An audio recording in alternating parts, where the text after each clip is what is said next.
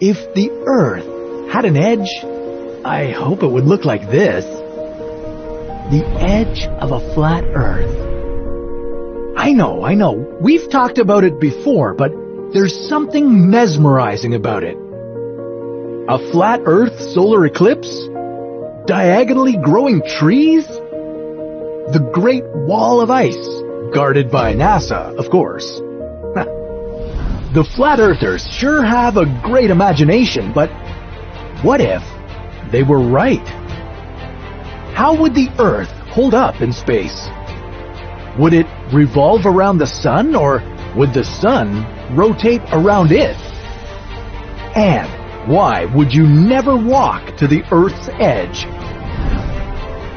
This is What If, and here's what would happen if the Earth was flat. In case you missed the news on the Flat Earth channel, here's a quick recap. For thousands of years, the general public thought that the Earth was flat and everything revolved around it. Then, Nicolaus Copernicus came around with his spanking new theory. The theory said that the Earth wasn't flat and definitely not the center of anything. His observations led him to believe that our planet is orbiting the sun. But here we are, 500 years later, and some people around the globe are convinced that the Earth is flat. Well, how would this even work? Do you know why the planets form in a spherical shape? One word: gravity. Gravity is what's pulling matter together equally from every side. And as a result, matter forms into a sphere. Of course, this wouldn't be the case for a flat Earth. Anti-round earthers think that there's no such thing as gravity.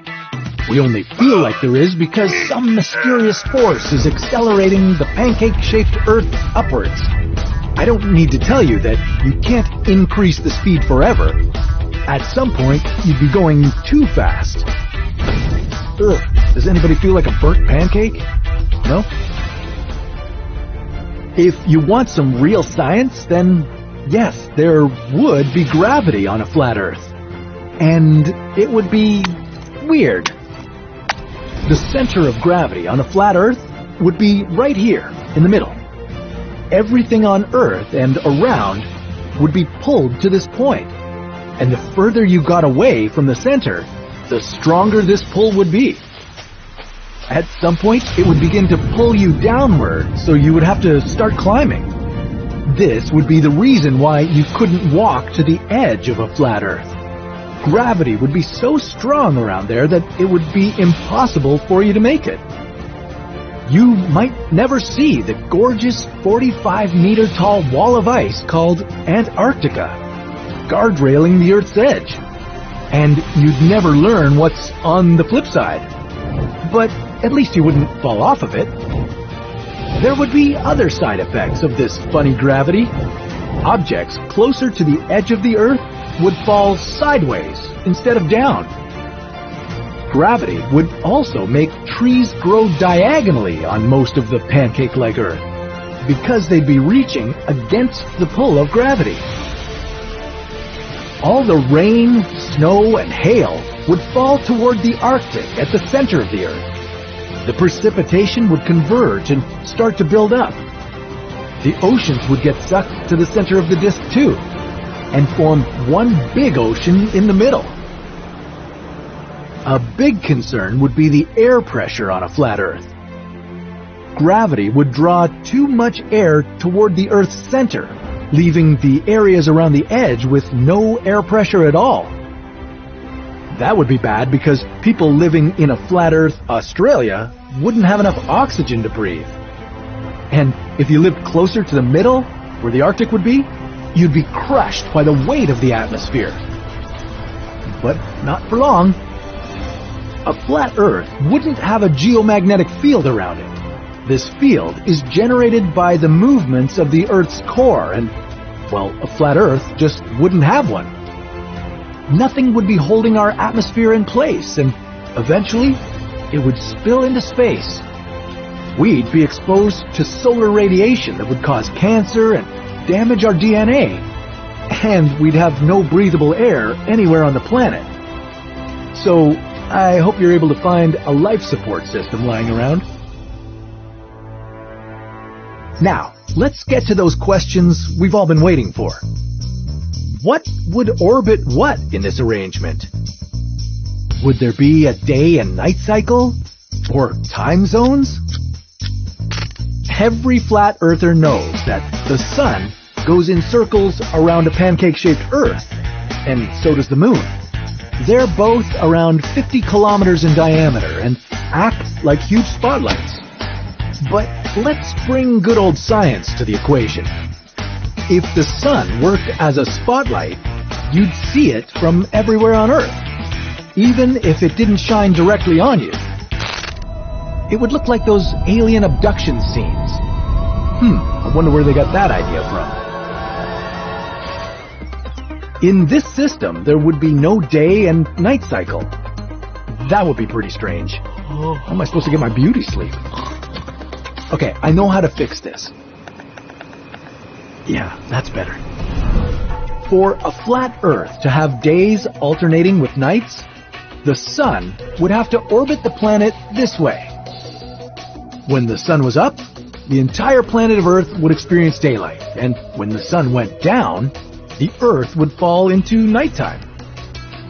There would be no time zones and no seasons either, but you could still mess up your schedule by staying up late and watching what-if videos. You'd be lucky if the sun was so much smaller than the Earth. Sort of. Think of this. If the sun retained its gigantic form as it was orbiting a flat Earth, it would burn down the entire planet. That's because of how close it would get to us. On the other hand, if the sun were much smaller than it really is, we'd freeze to death. That's because the flat Earth would have nearly 2.5 times the surface area of our round Earth. We'd be getting only 1/3 of a regular-sized sun's energy. That's not enough for life on a flat Earth to exist. And we haven't even talked about this yet. The lunar eclipse. Flat Earth disciples believe in some kind of anti-moon that's responsible for these. On our round Earth, lunar eclipses happen when the Earth lines up between the sun and the moon. If that was the case for a flat Earth, this is how those eclipses might look. And even that would require some very special alignment. So, if the flat Earth conspiracy turned out to be true, that our globe was indeed photoshopped and GPS devices were rigged for some financial gain, well, that would open up a conversation to other conspiracy theories. Unfortunately, many people, including the flat earthers, are living in a state of cognitive dissonance. That's when their thoughts and beliefs aren't quite consistent and don't always represent reality.